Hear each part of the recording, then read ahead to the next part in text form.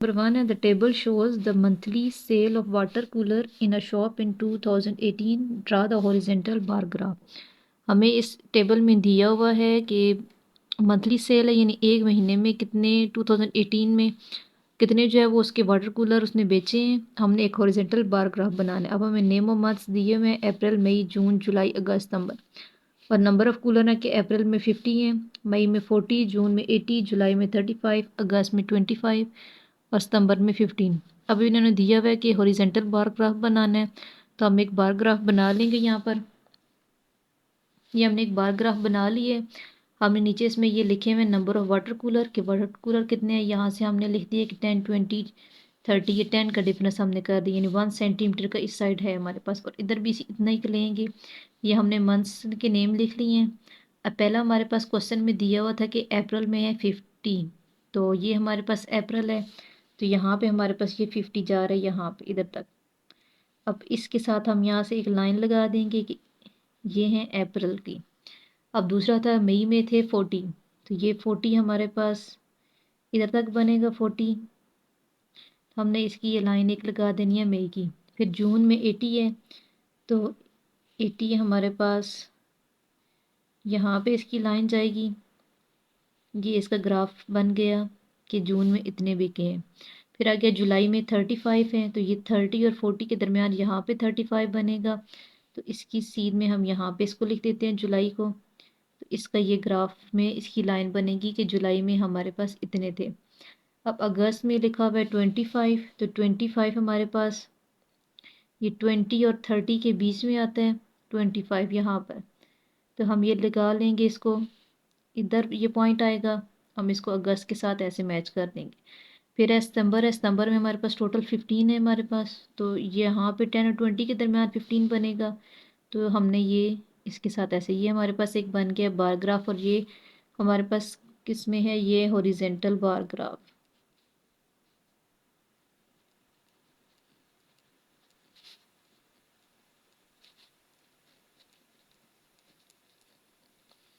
अब हमारे पास दूसरा क्वेश्चन है, the following data shows the number of students of school who were late during a week.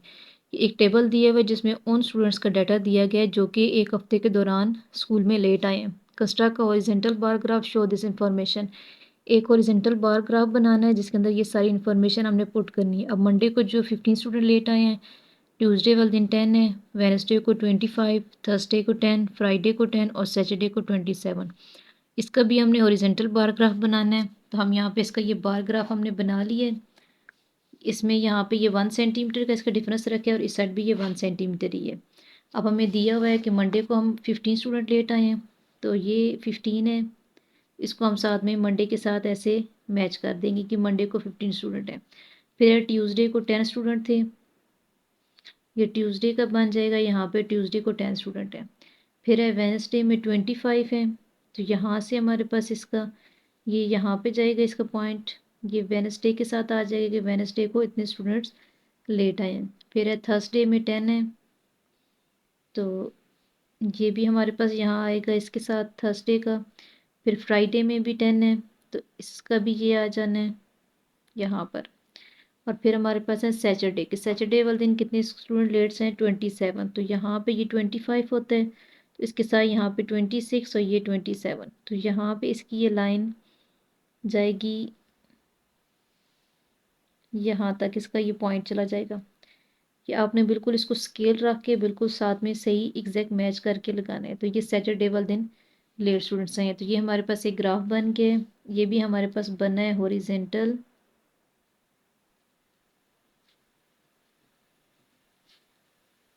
Bar graph. हमने इस side इसमें डेज ऑफ वीक लिखे हैं सारे, और इस साइड हमने लिखे हैं नंबर ऑफ स्टूडेंट्स।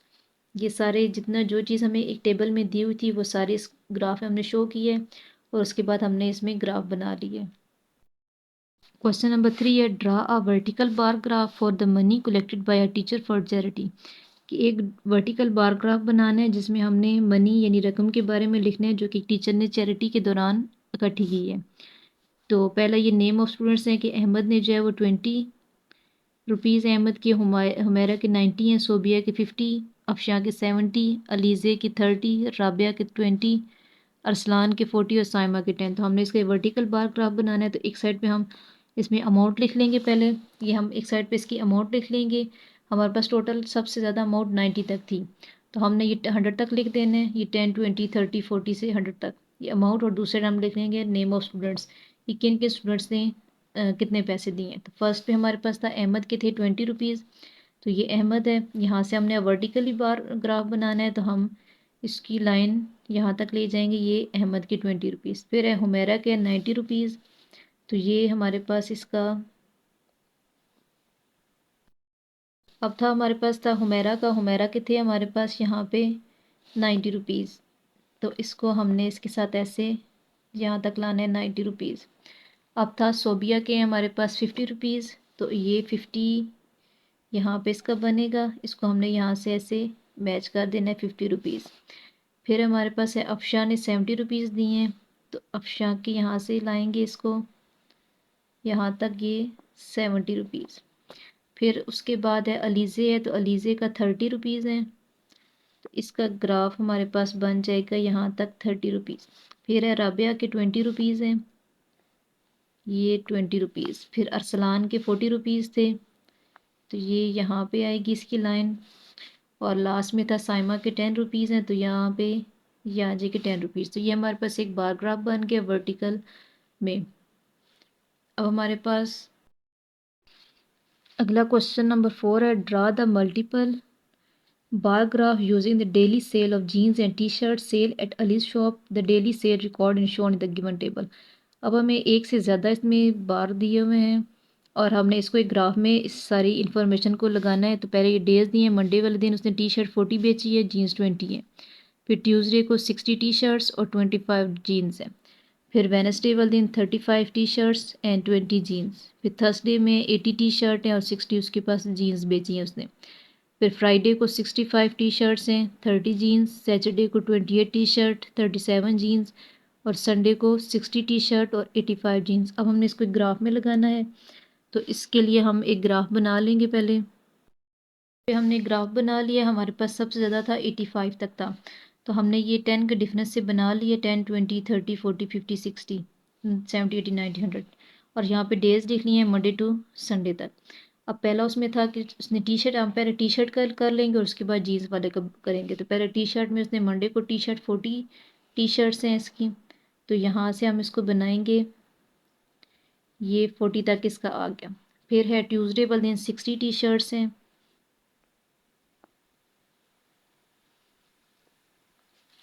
फिर वेनसडे को है 35। अब 35 हमारे पास यहाँ पे 30 बन रहा है, यहाँ पे 40, तो इनके दरमियान में यहाँ तक हमारे पास बनेगा 35। फिर है थर्सडे को 80 टी शर्ट्स उसने बेची हैं।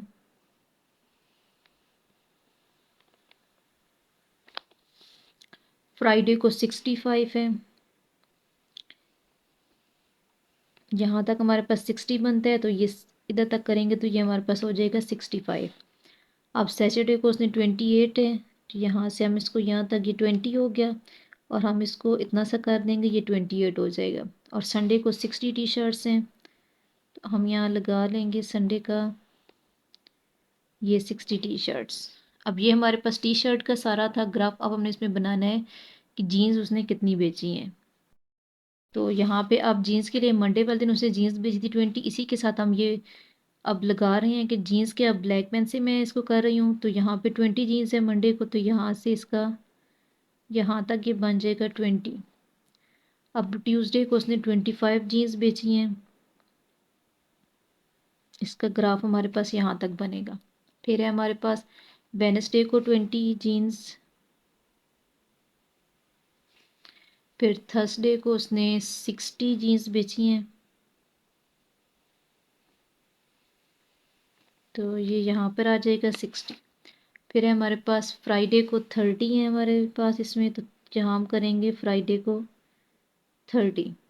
फिर सैटरडे को 37 है, तो यहाँ तक ये बन गया 30, तो यहाँ तक हमारे पास बन जाएगा 37। अब संडे को 85 जीन्स उसने बेची हैं, तो हम यहाँ से इसका संडे का लगाएंगे, यहाँ तक हमारे पास ये 80 बन जाएगा, तो यहाँ पे हाफ पे सो करेंगे तो ये 85 हो जाएगा। अब इसमें जो ब्लू पेन वाला है वो हमने टी शर्ट को इसमें किया है, और जो ब्लैक में है वो हमारे पास है जीन्स का। ये ग्राफ दोनों हमने एक ही साथ इसकी ग्राफ बना ली हैं। तो ये हमारे पास क्वेश्चन नंबर 4 इसका कंप्लीट हो गया। अगला है क्वेश्चन नंबर 5 है, the following bar graph shows the sales record of different flavoured ice cream of two shops की। दो दुकानों की मुख्तलिफ किस्म फ्लेवर की आइसक्रीम दी है, उनको ग्राफ भी दिया हुआ है। Read the graph and give the answer of given question. हमें इसमें ग्राफ दिया हुआ है, हमने इन क्वेश्चन का आंसर देना है। तो अब इसमें यहाँ हमारे पास इसमें दिया हुआ है कि जो पिंक है वो शॉप ए है, जो येलो है वो शॉप बी है। तो पहला क्वेश्चन है कि how many mango ice cream were sold by shop A, कि कितनी मैंगो आइसक्रीम शॉप ए ने बेची हैं। तो ये हमारे पास है मैंगो का। इसमें अब था शॉप ए का था कि पिंक है उसमें, तो ये पिंक हमारे पास शॉप ए का था 80। तो हम इसके साथ लिख लेंगे कि 80 मैंगो आइसक्रीम उसने बेची है शॉप ए ने। फिर है which flavour of ice cream do people like most in shop A, कि शॉप ए का कौन सा फ्लेवर है जिसको ज़्यादा पसंद किया गया। तो ये पिंक कलर में शॉप ए का था, तो इसमें सबसे ज़्यादा ये हमारे पास बन रहा है ये 120, ये आलमंड। तो हम यहाँ लिख लेंगे कि आलमंड फ्लेवर की जो आइसक्रीम थी वो सबसे ज़्यादा लोगों ने पसंद की है। फिर एक क्वेश्चन है, find the total number of chocolate ice cream sold by shop A and B, कि कितनी जो है चॉकलेट आइसक्रीम शॉप ए और शॉप बी दोनों ने कितनी चॉकलेट आइसक्रीम बेची है। तो ये हमारे पास ये चॉकलेट आइसक्रीम का बार था। इसमें हमारे पास ये बार जा रहा है 80, जो शॉप ए ने बेची हैं और शॉप बी ने बेची हैं 60। तो हम यहाँ लिख लेंगे 80 प्लस 60, इनको प्लस किया, ज़ीरो और ज़ीरो को किया तो ज़ीरो, 8 से इसको किया तो 40, इन टोटल उन्होंने 140 चॉकलेट आइसक्रीम बेची हैं। फिर है विच शॉप सोल्ड 80 कोकोनट आइसक्रीम, कि किस दुकान ने जब 80 कोकोनट आइसक्रीम बेची हैं। तो ये हमारे पास कोकोनट का बार है। अब इसमें हमारे पास ये पिंक जो दिया हुआ है ये 80 तक जा रहा है इसका ग्राफ, यानी ये शॉप ए ने बेची हैं। तो हम यहाँ इसके साथ लिख लेंगे कि शॉप ए। तो ये हमारे पास कंप्लीट हो गई है हमारी एक्सरसाइज 11.2।